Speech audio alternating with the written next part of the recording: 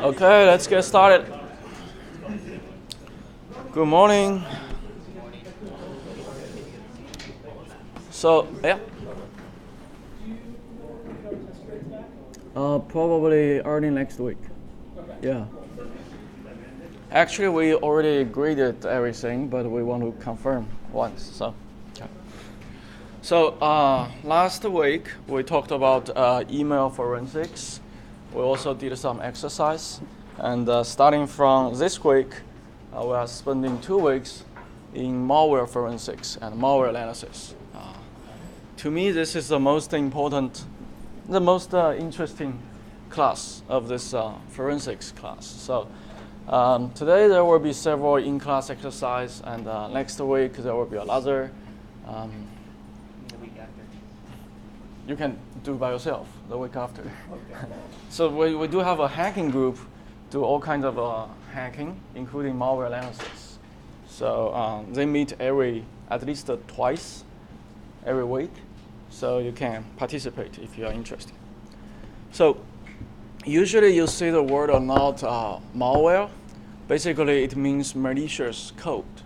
And like any other code, it is just a set of instructions. And if it's binary code, then it's CPU instructions. It could also be a byte code for virtual machines. And sometimes they're just the scripts. So the purpose of malware is to run on your computer or someone else's computer to make your computer do something an attacker wants to do. So the difference between a malicious code or some benign code is the intention of the code. So it's not about the semantics of a code. It's not about the syntax, or sometimes not even the semantics of a code. It's more like the intention. So you can write a program to transfer a file from your computer to another computer. If you do that, and you have the authority to do that, then it is a benign code. But someone else run that code on your computer, steal your personal information from your computer to another computer, then that code is a malicious code. That's why malicious code detection, it's actually very difficult, because we are talking about the intention of the author of the code, the intention of the people who is executing the code. The other malware forensics is to perform forensic analysis on malicious code. So malware can do a lot of bad things. Depends on how creative the attackers are. On one computer, they can steal personal information, your credit card numbers, your social security numbers, steal the password, your password to log in computer, and you can simply delete your files. It can also encrypt all your files. And if a lot of compromised computers are connected together, that is called a botnet. It can do something even more. It can do a distributed DOS attack to any server in this world. So we will show some examples later. It can also perform some click fraud. Some website will use the number of click to pay advertisement. So if you control millions of computers, then you ask those computers to visit those websites and click some advertisement, then the advertisement company will make a lot of money. And they can also use your computer as a relay, as a server, to do something even more malicious. So malware or malicious code probably was invented in 1980s. So there are some types over those years. People start to classify malware. So those types are the boundary between them are very furry, obviously. A malware can be virus, and it can also be a backdoor. It can also be a rootkit and also ransomware. But still, I want to explain to you, especially along those 30 years of malware development, what are the differences between those concepts. So virus was the first type of malware. It was created during probably by this guy, Fred Cohen. So now he's the CEO of a security company. So when he was a student in South California, I think, University of Southern California, he was in a security class, and he wrote some program, and those programs were believed that they are like the first computer virus. So virus is basically a program that can infect other programs by modifying other programs to include a version of the malware itself. So they borrow the idea from biology. So this is called a virus. So this is how it works. We have a program, a benign program. It could be a targeted executable, and sometimes not necessarily an executable. It could be a Word document. And we have the original malware. And when the malware executes, it will find a target executable or another Word document and try to append itself to somewhere of that executable. It could be at the beginning, it could be at the end, as long as the malware can be executed. So the next time the user executes the benign executable or opens a Word document, the malware will get executed instead first. Then the malware will try to find other documents to infect. So this is called a malware. So like I said, the malware can reside at the beginning of this file. It can also reside at other location of the file, for example, at the end of it. But the key here is when you open this document or when you execute this executable, the malware has to make sure itself will be executed first instead of the original file. So basically, they can hijack the first instruction of that. The first instruction, make it a go-to itself. Then it will go back to the original benign program. So this is actually a very old stuff. This is like the beginning of all the malware, all the virus, like 30 years ago, 40 years ago. After that, there are tools called packers. Today we are going to look at one tool called ASP. A packer will treat everything as a payload. They can encrypt everything here. So you know, everyone has been using antivirus tools. So usually antivirus tools, or at the very beginning, they are called now they are called anti-malware tools. So those tools use signatures to detect malwares. So signature is a binary string. You can use wildcard using that binary string. Try to match the hex, the binary of those malware. So if that string of hex appear in some file, then they say that file is this malware.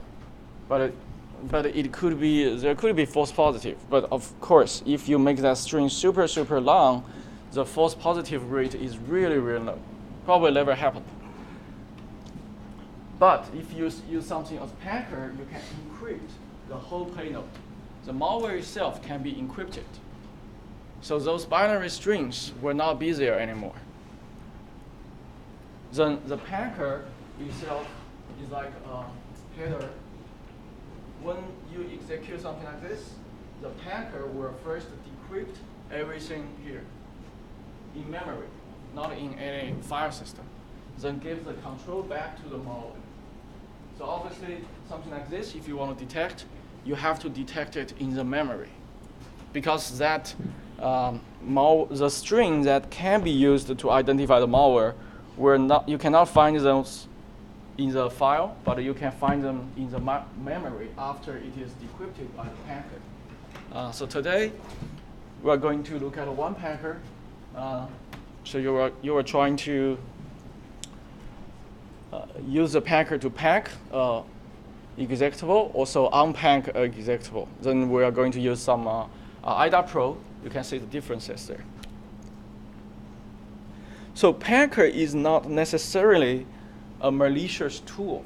There are many, many legitimate reasons to use a packer. When you develop software, you don't want it to be analyzed. So you can use a packer to pack your own software. So packers, they can compress the payload, make them smaller. They can encrypt it. And also there are a lot of more advanced techniques to prevent analysts from analyzing your app. And that app can be malicious and it can be blind. And there are, in the last probably 5 or 7 years, the most popular techniques, including virtualization. So obviously, compress is not a very safe way to do packing. It makes the payload smaller, but it's also easy to do uncompress. Usually, compression do not ask for a key or something. And the encryption is relatively safer. However, like I said, as long as you have to run that program, you have to decrypt that program before you run it. So if you use encryption, still you have to decrypt it in the memory before you actually give the control, CPU control to that piece of code. And the randomization has been popular. It's harder to defeat. Anti-debug techniques that usually use some heuristics. Some debuggers will use some heuristics to infer something about the program and use all kinds of techniques. Packers can try to defeat those debug techniques. And virtualization is getting popular. So basically, the packer is a small virtual machine. It will translate your program into some virtual instructions, then feed those virtual instructions to the virtual machine in the memory. So still it can be, technically it still can be defeated as long as you hook, because the virtual machine eventually the instruction will be translated into machine code because you are physically executing those instructions on the CPU. So as long as you find the right place to hook, you still should be able to defeat those techniques. So there is another type of a malware called black door, which means the malware will infect a host, then it will start several TCP port or UDP port server, then the attacker can remotely connect to that machine and sometimes remotely control the whole machine. A problem with the traditional black door is, let's say the host, the infected host is actually sitting inside some local network. So even though it can start some TCP server, it doesn't have a public IP address. So there's no way for the attacker to connect to the host because the host doesn't have a public IP address. That's why there's another technique called a reverse backdoor.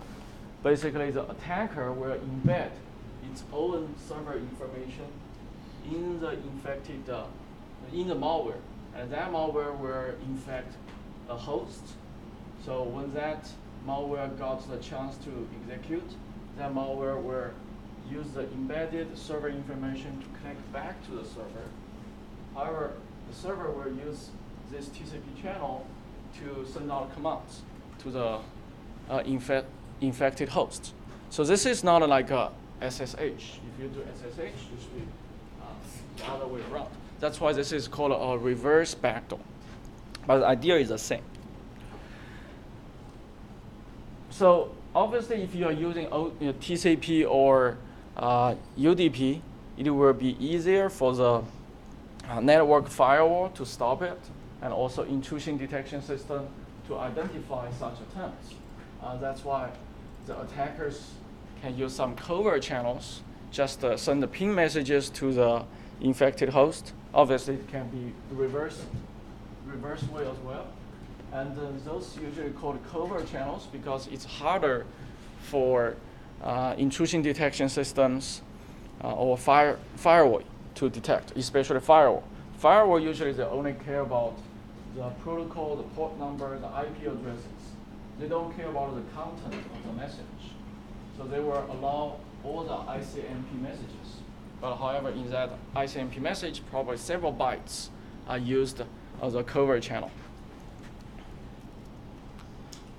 Then Trojan is a class of malware that appear to perform a benign function, but in fact perform some malicious actions that allow unauthorized access to the victim's computer. There are many examples of Trojan, but obviously a Trojan can still be a virus. It can copy itself. So there was a famous one. This is probably in 1990s. So a lot of stuff I'm giving you today, it's very old. Today it's more like a very advanced botnet, but without knowing the history, you don't know how to classify them. It's better to understand the functionality of each type. So there was like a waterfall screensaver. Obviously, this is designed for the Windows platform. So when it runs, it will unload some hidden programs, commands, then without the user's knowledge, the user thought this is just a beautiful screensaver, but actually it is stealing some information and try to send out information. And another type of malware is called Rootkit. So Rootkit is a component that can basically subvert the kernel, and it can keep itself stealthy. So it's harder for antivirus to detect it. So one very important task a rootkit has to perform is to hide itself. So all the antivirus, anti-malware system, usually they run as any other applications on your computer system. So to hide itself, it has to go deeper into the kernel. It has to change the kernel so the antivirus cannot detect that. For example, the antivirus to detect what are the processes running in the system, it will use system calls. It relies on the kernel to do that. And the rootkit will first modify the kernel. It can modify the task list. It can remove itself from the task structure list. So when the kernel report all the process to the upper applications, it will read the list, and this rootkit is actually it's not in that list. That's why it can hide itself from most antivirus tools. But that is just one way. Obviously, this is arms race. When there is an advanced attack technique, more advanced malware, then there will be more advanced defense technique. So to detect a rootkit, usually what we have is run something more powerful at even lower layers, like at the virtual machine layer. For the last 10 years, a very hot topic is called virtual machine introspection. So the scenario is in cloud or other server places. There are a lot of multiple users. They are sharing the same physical machine. But on that same physical machine, each of them is running their own virtual machine. So their virtual machine could be compromised. Even the virtual machine's kernel could be compromised by rootkit. but we can deploy some anti-malware techniques in the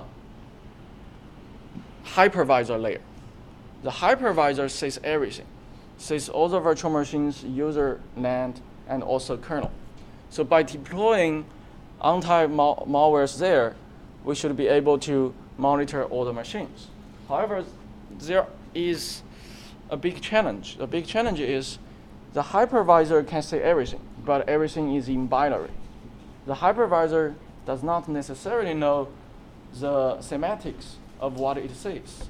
It sees the memory of virtual machine 1, but it has no idea what it is. This is just a hex. So this problem is called the semantic gap problem. So virtual machine inspection was proposed like in 2002, I think. There was a paper, probably 2002 or 2003. Then the next 10 years, people are trying to, how can I bridge the semantic gap? So this monitor, the anti-malware tools in the hypervisor can actually understand those kernels and can actually detect any malicious behaviors in those virtual machines. But as you can see, no matter you are an attacker or a defender, you are trying to go lower levels. If the malware is at the user NAND, you try to go to the kernel and detect the malware. If the defender try to go to the kernel to detect the malware, then the malware, obviously they were thinking about how I can compromise the hypervisor. So after that, there are attacks directly to hardwares. So everyone is trying to go lower layers because lower layers will have more privilege. So this is what I explained for the Windows kernel rootkit, how it works. And usually in Windows and also Linux, if you want to develop some kernel modules, you can develop a driver. So driver is not only the tool for some physical peripherals. It is also basically it's just a kernel module. So in Windows, if you want to change the kernel, you develop a driver and somehow you trick the user to install that driver on the user's machine. So as long as your driver is in the kernel, it has a full privilege of the kernel. It can change whatever it wants to change. It's the most privileged program, as privileged as the kernel in that system. So it can even hide it itself. Another type of malware is called Rootkit. We look at MBR. There are like several bytes of code there, 20 or 100 bytes. So even those can be infected, can be compromised, changed by malicious users. So for example, an attacker can change the MBR, and the MBR will eventually load the VBR and load the Windows operating system, and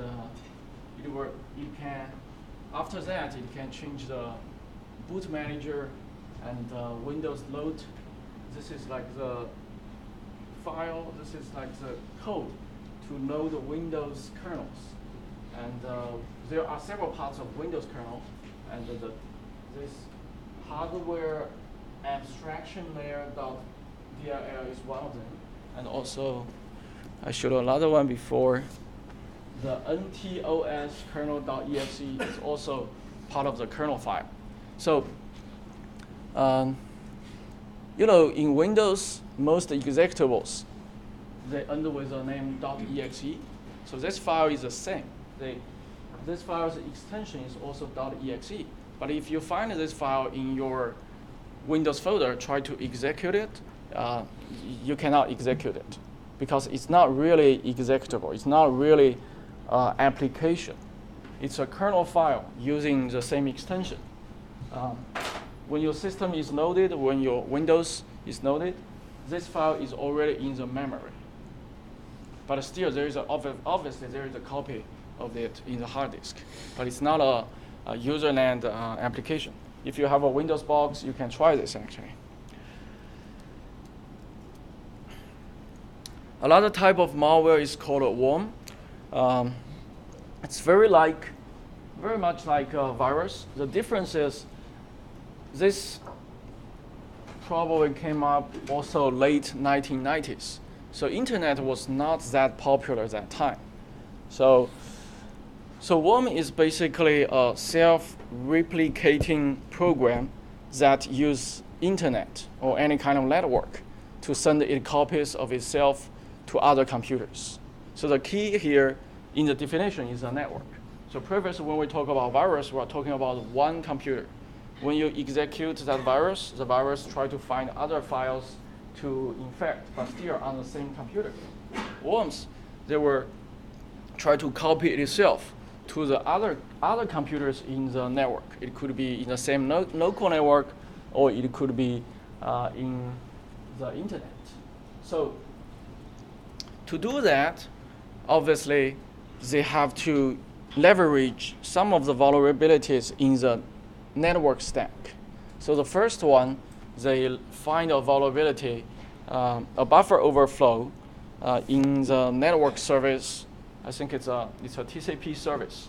They find that they can exploit that TCP service, and after that, the malware can execute arbitrary code.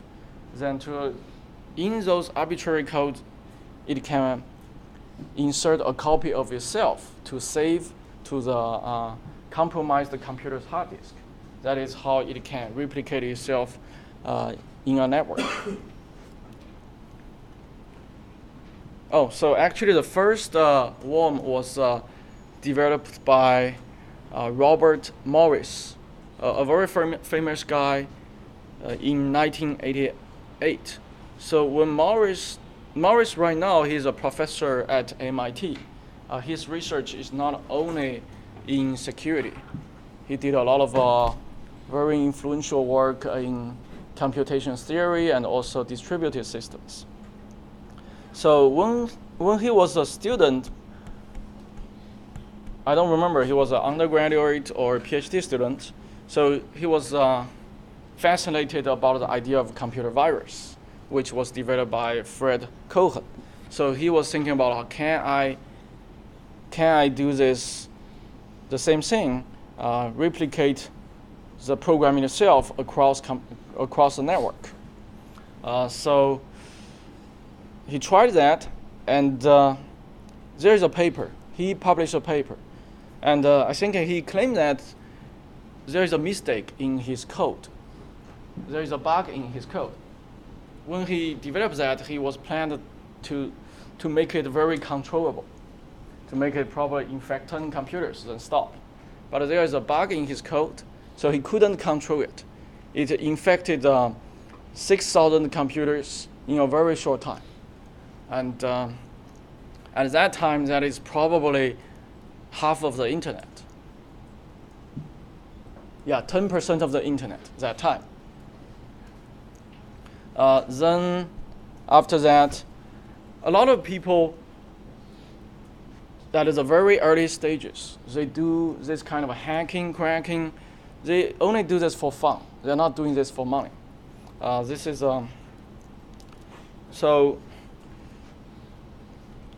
there are all kinds of computer virus from 1880s to 2000.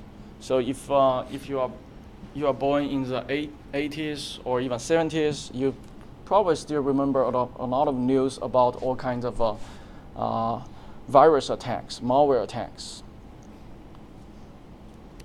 So like I said, the boundary between different malware is really fuzzy. Obviously, because if you are an attacker, you don't think I am going to design a virus today, or I'm going to design a backdoor today. You are thinking how I can get whatever I want. Probably is your social security number. So to achieve that goal, I will use all the techniques available. I will design a virus has a backdoor and can also replicate itself in the network, something like that. So in the web time, obviously there are all kinds of other malwares. They can compromise our browsers, and also even adware is some kind of malicious code, because this is not something users want. Something like this was very popular back in early 2000. You visit a website, and the website pops like hundreds of advertisements to you. So that's why now the modern browsers, they can automatically block those new windows for you. And also malicious browser toolbars like this. So this is like a compromised system with 20 toolbars. And those toolbars, they can combine the technique of Rootkit, something like as well. So it's very hard for you to delete them. And you can also get malware in email through something like social engineering. They send you an email with a link of a malware. Then after you click it, you download it, and you execute it, then your computer is compromised. But actually now things are much more complicated, like something called drive-by download. Basically, the website you are visiting is hosting some malicious code, but the website could be compromised by a hacker. That hacker put some malicious code in that website. And when your browser visits that website, that malicious code get a chance to execute in your browser. It could be JavaScript.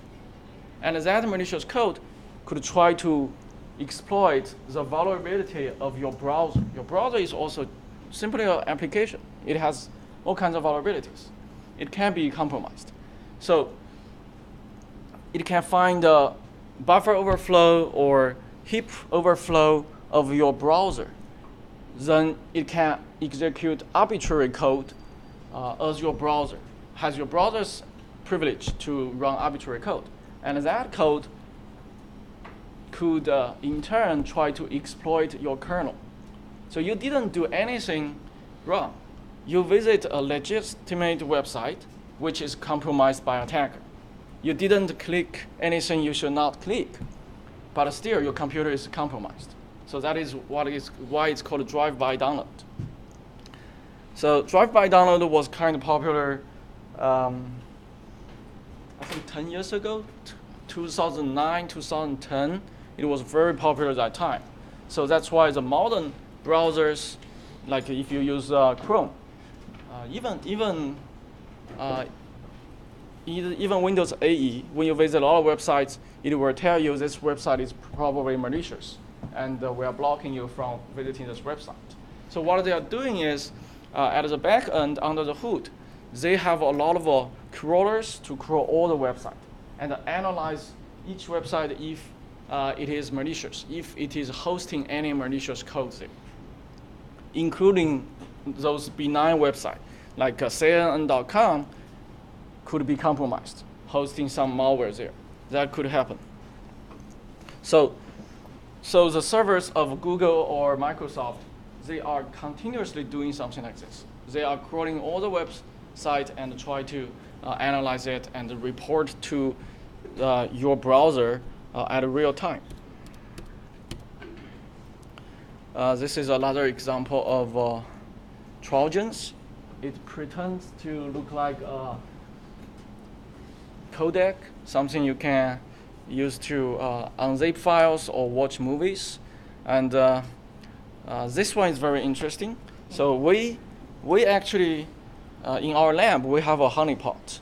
And Sakwar here is actually working on honeypot and honeynet. So several years ago, we set up a honeypot, try to capture all kinds of malwares. And this one is very interesting because it pretends to be an antivirus system. But when you execute it, you are compromised. And it tells you how many malware it detects on your system.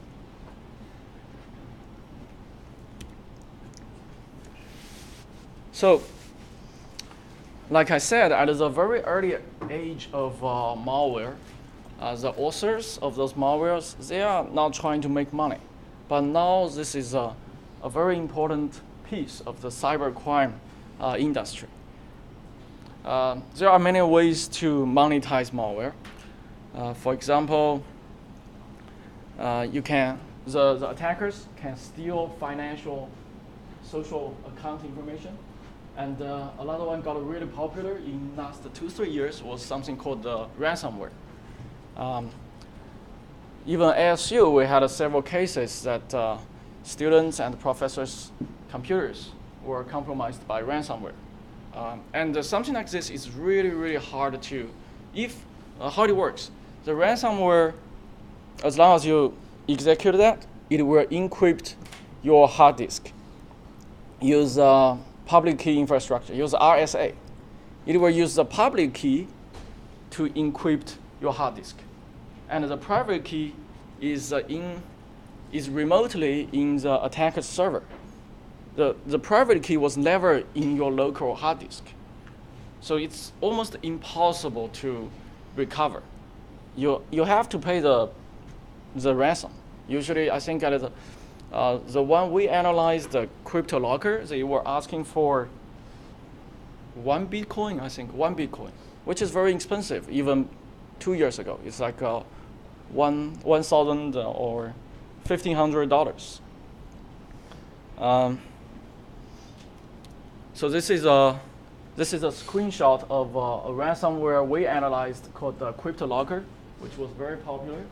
So it is so confident, it tells you that I'm doing this using this algorithm, and to decrypt the files, you need a private key, and the private key is in my server. There's no way you can retrieve that if you don't pay me. And usually they were asking for 0.5 Bitcoins, and usually they will give you a Bitcoin address. I think I have a screenshot of that. Yeah. It's not very clear, but this is a Bitcoin address. And obviously the Bitcoin address is dynamically, they don't use this Bitcoin address for each instance of this malware, right?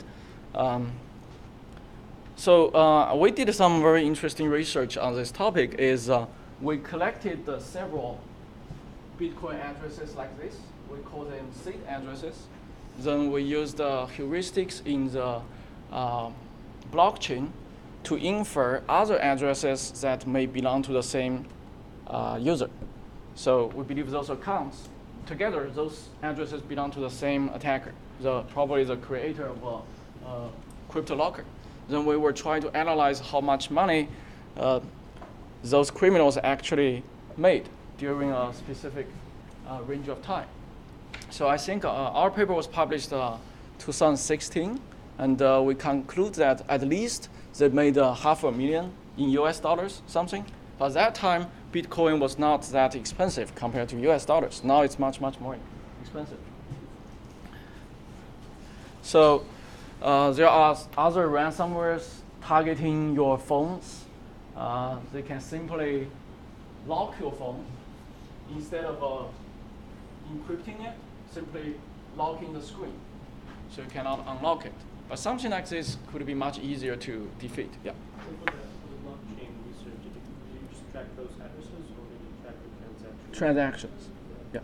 So is there transactions out of those addresses? Yes. Not only those cases. So there are some heuristics. So even though all the addresses they are pseudo-anonymous, there are some heuristics we can use to infer those two addresses actually belongs to the same guy. Otherwise, they cannot perform this kind of, for example, if there is some change, return back to account, to another, they can return to another address. But it doesn't make sense if those two addresses do not belong to the same user. Why do you put the change back to another address? So we can infer, those addresses are probably from the same user. From heuristics like that, we started from 2 addresses, then we got probably more than 100 addresses we believe they belong to the same guy. And then we check how many how much Bitcoin those addresses have received.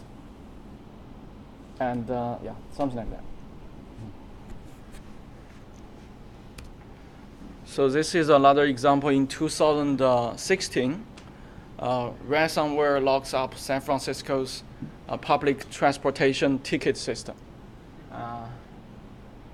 So something more, hospital fall victim into ransomware. So this could be something very dangerous. This is when cybersecurity becomes safety.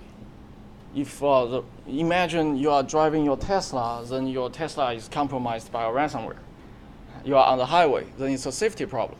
And something like this, if the ransomware locks the computer in the operation, it's a very serious problem. So besides these methods to monetize a single computer attacks, there are a lot of other attacks, especially using something called botnets. So basically, when attackers, they compromise millions of computers and ask each computer to do something very, very simple, just to send out one TCP message, something like that. And together, all the computers, they are called a botnet. So we have been doing a lot of cyber crime analysis. We have been crawling data in underground marketplaces and forums, and we saw a lot of information that you can rent. You can rent all kinds of botnet. So they give the botnet a very fancy name, and they say you can access the botnet for 3 hours for you to send out emails, for you to send out click fraud, something like that. Then you have to pay usually thousands of dollars, and most of them are in Russia. The authors of those tools are in Russia.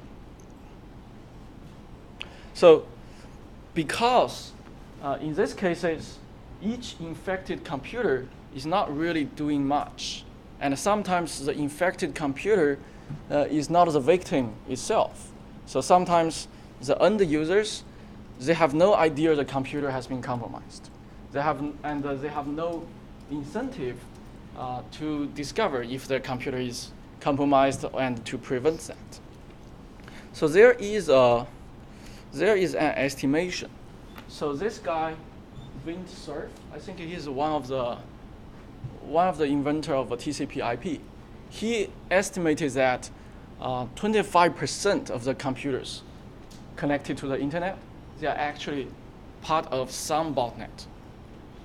Does that also include phones? This is kind of old information. It's like 5 years ago. So no, I don't know. I don't see any report. But obviously, they want to compromise phones as well. Yeah, not only phones, also IoT devices. I'm going to show another example. We are talking about IoT devices like cameras connected to the internet. So that means 25% of your computer is actually part of a botnet, and you don't know that. So this is an IoT attack in 2016. Actually, we were having the network security class that day, I remember. Then this is like the biggest DDoS attack in the last 5 years, probably. So if you were in my class, you were trying to access Facebook or Twitter, you will not be able to do so that day because of this attack. Yeah. I think GitHub just had something similar. Yes. Yesterday, right? Yes. Yesterday. Yeah, I reported yesterday. Yes. So this one is very interesting because the attackers, they compromised a lot of IoT devices. Those very stupid devices like cameras connected to the internet. They are not very powerful devices. They cannot send out a lot of data. But if you have an army of stupid cameras, still, it's a very powerful army.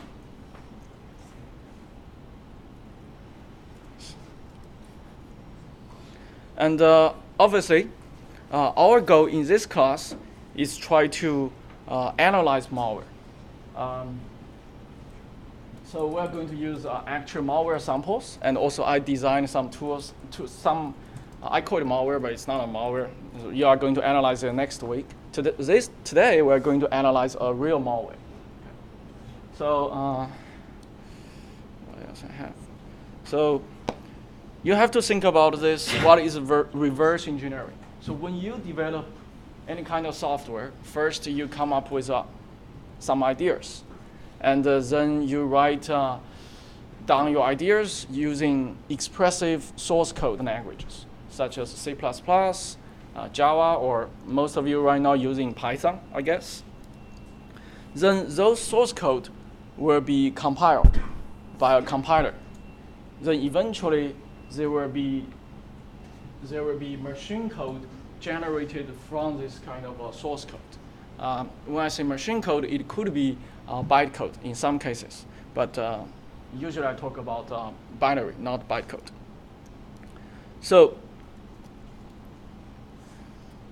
if you want to analyze something like this, for example, you want to understand how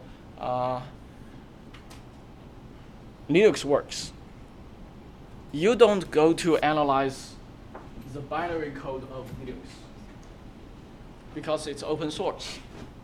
So you analyze the source code of Linux, which is much easier to understand. However, when a cyber criminal develops some kind of malicious code, it follows the same pattern. Has idea, use all the languages you are using to develop the tool, then compile and get the binary code. However, the cyber criminals will never open source their tool. They don't share this source code with you. So the only thing you can analyze is the binary code. That's why binary code analyze is very important. So in 2009, this is a very, very exciting example. In 2009, there was a paper called My Botnet, Your Botnet is My Botnet, analysis of botnet takeover. So this was published in one of the most important security conference called the ACM, Computer and Communication Security, CCS. So actually, ASU, our lab, we hosted this conference in 2014 in Scottsdale. So this is one of the best security conferences.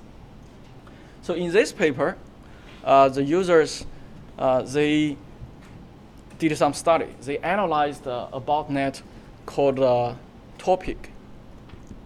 So they find some binary code of Topic, try to understand how it works. And the most interesting thing is, first they analyze how it works. To analyze something like this, you need to use binary analysis, statistically disassemble the code. But obviously, those malware, they will use all kinds of anti-debugging techniques, virtualization techniques to prevent you from analyzing it. So doing something like this takes sometimes months, several months. Two guys spend several months to manually analyze everything. Then they understand how it works. Very interesting, they also reverse engineered how this malware generates that. This is called a command and control server to contact. Basically, how do I explain this? So each computer is compromised, and this computer has to talk to some server to get commands. But obviously, the weakest link here is the server. If you can take over the server, the attackers, they cannot do anything anymore. So what the attackers usually do is they will change the server's address every 3 days or every week. But how do they change it? Because they already put those algorithms in each malware instance. So you're probably using some hash function. So the malware instance will use its local computer's time to generate what is the server address I should visit today. Then the attackers will go register those addresses. Usually it's just a URL. So what these researchers find out is they reverse engineered how this malware generates those, they call it domain generation algorithms. So they reverse engineer domain generation algorithms and try to say if all those domains in the next month or next 6 months have already been registered by the attackers. It turns out they find out there were 2 addresses which will be used by the whole botnet that have not been registered by the cyber criminals. So what they did is they go to GoDaddy and register those addresses as soon as possible. So when that day hit, all the botnet messages were sent to their server. So that is how they took over the whole botnet for several days. Yeah. So does that mean all the computers in the botnet connect to the same server, so they all the same? Obviously, it can be different. Depends on how they design this botnet, right? Yeah. But this is what happened in this case. Yeah. So they were able to take control of the whole botnet for several days. I think, and obviously the botnet owners, the cyber criminals, they found it out really quick. So they perform a rather distributed DOS attack to the researcher's server, and they were able to take the whole botnet back in several days. So it's very, very interesting. So even if they could only take over the bot for several days, the researchers collected a lot of valuable information, basically trying to understand what kind of damages those botnets can really do to the internet. So in those days, the botnet, you can see, send out FTP account, Windows passwords, millions of Windows passwords, millions of phone data. So the phone data could be your Amazon password, could be your Bank of American password, something like that. Then those information usually will be sold out in underground marketplaces, and also obviously credit card information. So you cannot believe how cheap those credit card information is in underground marketplaces. Usually they send out thousands together for several US dollars because they have millions of it. So for several US dollars, you can buy thousands of credit card information. But however, usually they are not verified. That's why they are so cheap. You have to try one by one. For verified credit card account, usually much more expensive. They find that the botnet has compromised the computers all over the world, a lot of countries. So today we are going to analyze a real-world malware. And before that, I want to explain to you what is Windows PE format. PE stands for Portable Executable. This is the executable file format for all the Windows files, actually including executable or library or system like drivers, everything. As long as it's executable, it is some piece of code. Usually it follows this format. It's called the PE format. And the PE format, there are some signatures, like at the beginning it's always MZ, and in the middle there is a PE here. To, actually the first part is the same as old DOS executables. It follows the DOS format. I don't remember the name for that format. Probably also PE format. So manual analysis, there are many tools we can use. We are going to use Iot Pro for this class, just for static analysis. Sometimes the static analysis cannot do the job, then we have to debug the tool, debug the malware step by step. And usually I use a tool called Audit Debug because it's a free tool. There are some more advanced tools I used before, use some for kernel, but this one is very easy to use. Usually what I do is I did this a lot when I was doing my PhD, was to use Iot Pro and Audit Debug. Use Audit Debug to step the program, then put the information back to Iot Pro, use Iot Pro as a database to store everything. So if you are interested, you can try those kind of things by yourself and also attend our hacking group. Besides that, there are a lot of automatic dynamic analysis tools. So this tool is developed by UCSB, the same groups that published the paper, the topic paper. Okay, so before we have our exercise, we have 2 paper presentations today. Yeah. You are? Okay, cool.